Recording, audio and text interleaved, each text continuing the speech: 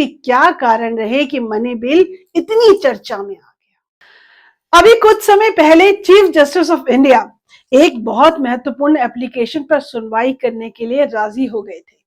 ये मामला इसलिए महत्वपूर्ण है क्योंकि सरकार ने पीछे कुछ कानून मनी बिल यानी धन विधेयक कहते हुए संसद में पास कराए थे। मनी बिल या धन विधेयक राज्यसभा को दरकिनार करते हुए भी कानून बन सकते हैं, पर बाकी बिलों के लिए संभव नहीं। जब ये कानून बनाए गए थे तब सरकार के पास राज्यसभा में बहुमत नहीं था और वहां ये बिल फेल हो सकते थे। इसलिए अब क्वेश्चन उठ रहा है कि क्या ये बिल मनी बिल थे भी या नहीं।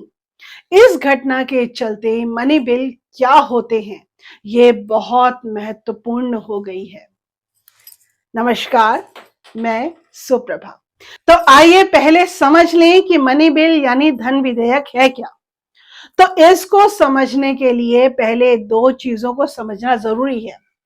उसमें से पहली है कि विधेयक क्या होता है, यानी बिल क्या होता है। तो देखिए, जब केंद्र सरकार कोई कानून बनाना चाहती है तो इसके लिए वो एक प्रपोजल राज्यसभा और लोकसभा में पास कराती है।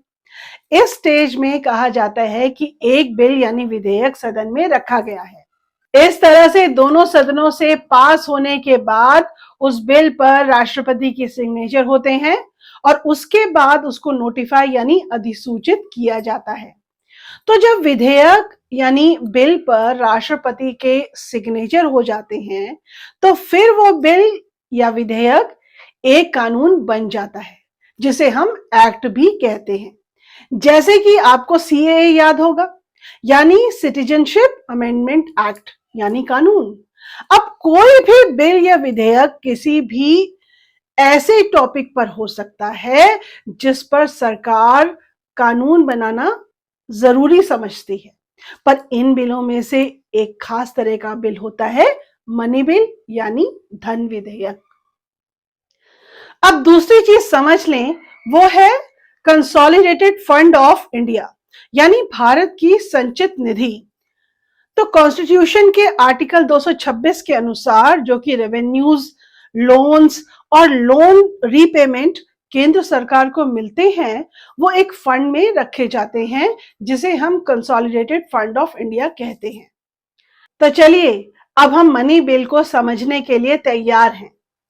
तो कॉन्स्टिट्यूशन के आर्टिकल 110 में साफ साफ 6 प्रोविजन कर दिए गए हैं। कोई भी बिल केवल तभी मनी बिल होगा अगर उसमें इनमें से कोई भी एक या ज्यादा प्रोविजन मौजूद है।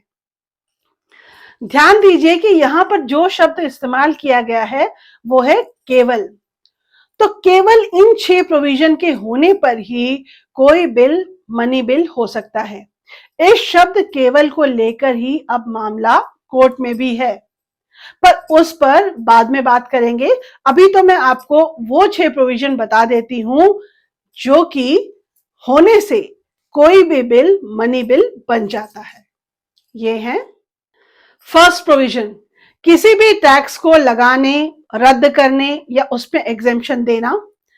सेकेंड प्रोविजन, भारत सरकार का उधार लेना या कोई गारंटी देना।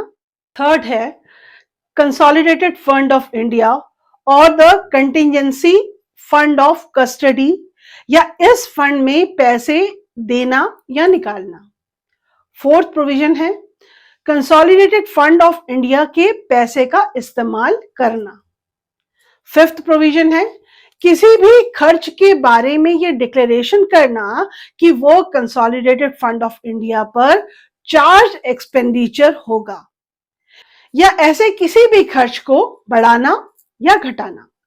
यहां पर ध्यान रहे कि चार्ज एक्सपेंडिचर वो जरूरी खर्च होते हैं जिनके बारे में सदन में चर्चा तो हो सकती है पर वोटिंग नहीं हो सकती।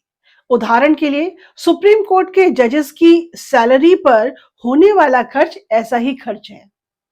Sixth provision, consolidated fund of India और पब्लिक अकाउंट ऑफ इंडिया की कस्टडी या इससे पैसा मिलने या केंद्र और राज्य सरकार के फंड्स के ऑडिट से जुड़े प्रावधान। सातवां, या फिर इन बताए गए मामलों से जुड़े किसी भी मामले के प्रावधान।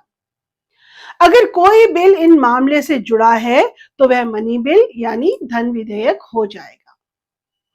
दूसरा, पर ध्यान रहे कि कोई बिल सिर्फ इसलिए मनी बिल नहीं कहा जा सकता कि उसमें कोई फाइन या पेनल्टी का प्रावधान है, या उसमें किसी लाइसेंस या सर्विस फीस का प्रावधान है, या फिर वो किसी लोकल अथॉरिटी या लोकल पर्पस के लिए कोई टैक्स लगाने, घटाने या बढ़ाने की बात करता है। तीसरा, इसके अलावा अगर ये विवाद हो जाए कि क्या कोई बिल मनी बिल है या नहीं, तो लोकसभा स्पीकर का डिसीजन फाइनल होगा। चौथा, इसलिए जब मनी बिल को राज्यसभा भेजा जाता है और प्रेसिडेंट के सिग्नेचर के लिए भेजा जाता है, तो लोकसभा स्पीकर उसको सर्टिफाई करते हैं, तो वो एक मनी बिल है। अब मुद्दा ये है कि कॉन्स्टिट्यूशन का आर्टिकल 109 मनी बिल को पास करने के लिए स्पेशल प्रोसेस बनाता है। वह कहता है कि पहला, मनी बिल राज्यसभा में पेश नहीं किया जा सकता, वह केवल लोकसभा में पेश किया जा सकता है।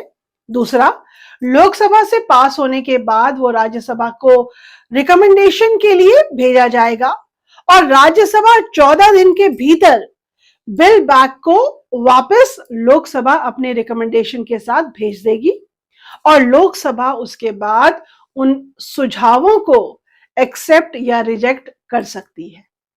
तीसरा, अगर लोकसभा सुझावों को एक्सेप्ट करती है तो मनी बिल उन सुझावों के साथ दोनों सदनों में पास माना जाएगा। चौथा, अगर लोकसभा किसी सुझाव को रिजेक्ट करती है तो माना जाएगा कि मनी बिल राज्यसभा के उन सुझावों के बिना दोनों हाउसेस से पास हो गया है, ठीक उसी रूप में जिसमें लोकसभा ने उसको राज्यसभा को भेजा गया था।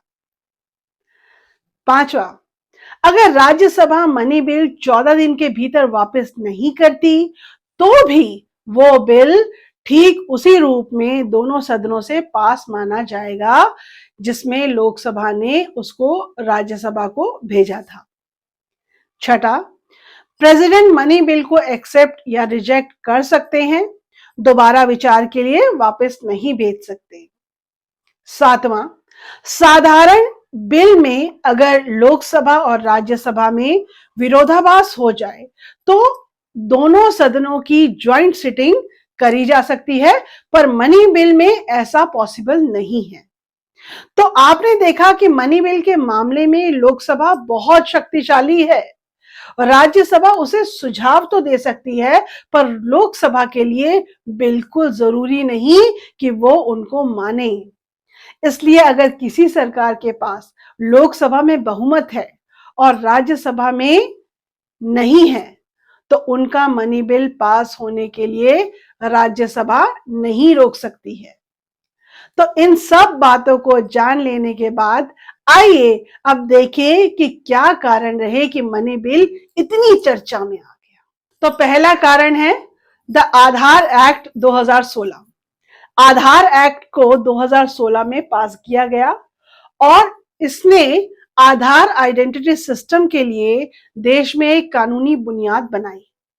इसमें इनरोलमेंट, ऑथेंटिकेशन और unique identification authority of India UIDAI बनाने के बारे में कानून थे। सरकार ने इसे मनी बिल माना क्योंकि इसके सेक्शन 7 में आधार को सब्सिडीज से और ऐसे कई बेनिफिट से जोड़ा गया था जो कंसोलिडेटेड फंड ऑफ इंडिया में आते थे।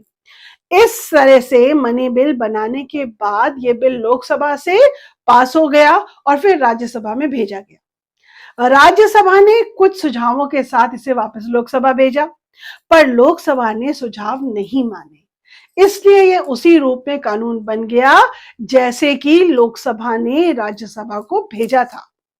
इस तरह से ये राज्यसभा के सुझाव दरकिनार हो गए। मामला सुप्रीम कोर्ट में गया।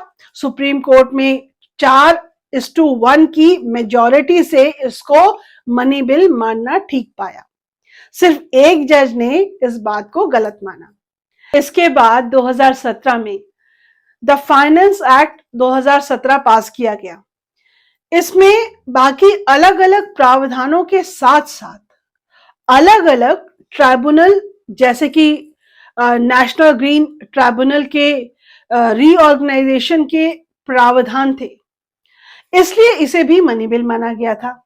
और बाकी हिस्सों के साथ ट्राइब्यूनल से संबंधित हिस्सा भी मनी बिल के प्रोसेस से ही पास हो गया। पर ऐसा लगता था कि इस बिल के ट्राइब्यूनल से संबंधित हिस्से में टैक्सेशन या सरकारी खर्चे से संबंधित शायद ही कोई मामले थे, इसलिए इसे मनी बिल मानना बहुत कंट्रोवर्शियल हो गया।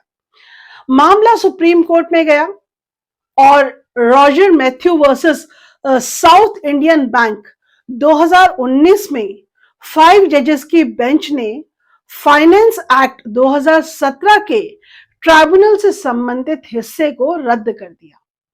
साथ ही कोर्ट ने आधार एक्ट के मामले में भी मनी बिल के इंटरप्रिटेशन को लेकर चिंता जताई। ऐसा लगा कि उस मामले में आर्टिकल 110 में केवल शब्द पर पूरी तरह ध्यान नहीं दिया गया था। आपको ध्यान होगा कि मैंने आपको शुरू में 6 प्रावधान बताए थे जिनके होने से कोई बिल मनी बिल बन जाता है, और कहा था कि केवल इन 6 में से कोई प्रावधान होने पर ही कोई बिल मनी बिल बनेगा। अब मुद्दा ये हो गया कि केवल शब्द के 2 मतलब हो सकते हैं। पहला कि मनी बिल में इन 6 प्रावधानों के अलावा कोई और प्रावधान नहीं हो सकता। दूसरा ये कि मनी बिल में बस ये जरूरी है कि इन 6 प्रावधानों में से कोई भी हो सकता है और इस बात से कोई फर्क नहीं पड़ेगा कि उसमें कोई और प्रावधान हो।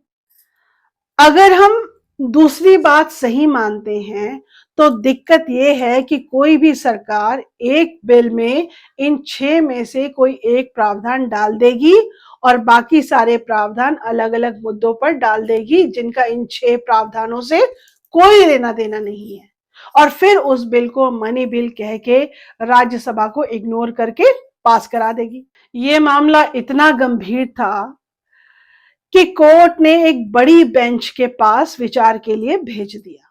इसके बाद सरकार ने पीएमएलए अमेंडमेंट 2015-2019 भी मनी बिल के रूप में पास करा लिए। इनमें इन्फोर्समेंट डायरेक्टरेट को बहुत जरूरी शक्तियां दे दी गई। सुप्रीम कोर्ट ने इन अमेंडमेंट को सही माना, पर मनी बिल के प्रश्न को बड़ी बेंच के लिए रख दिया। चीफ जस्टिस ऑफ इंडिया की एप्लीकेशन पर सुनवाई करने के लिए राजी हो गए। ये मामले बहुत महत्वपूर्ण है और आने वाले समय पर हम आपको इस पर अपडेट देते रहेंगे। तो कैसा लगा आपको आज का टॉपिक, बताइएगा। और आने वाले समय में मैं आपके लिए और भी ज्ञानवर्धक वीडियोस लेकर आती रहूंगी। तो देखते रहिए हमारा चैनल जिंदगी अनकट। वीडियो को लाइक करें, चैनल को सब्सक्राइब करें और ज्यादा से ज्यादा शेयर करें।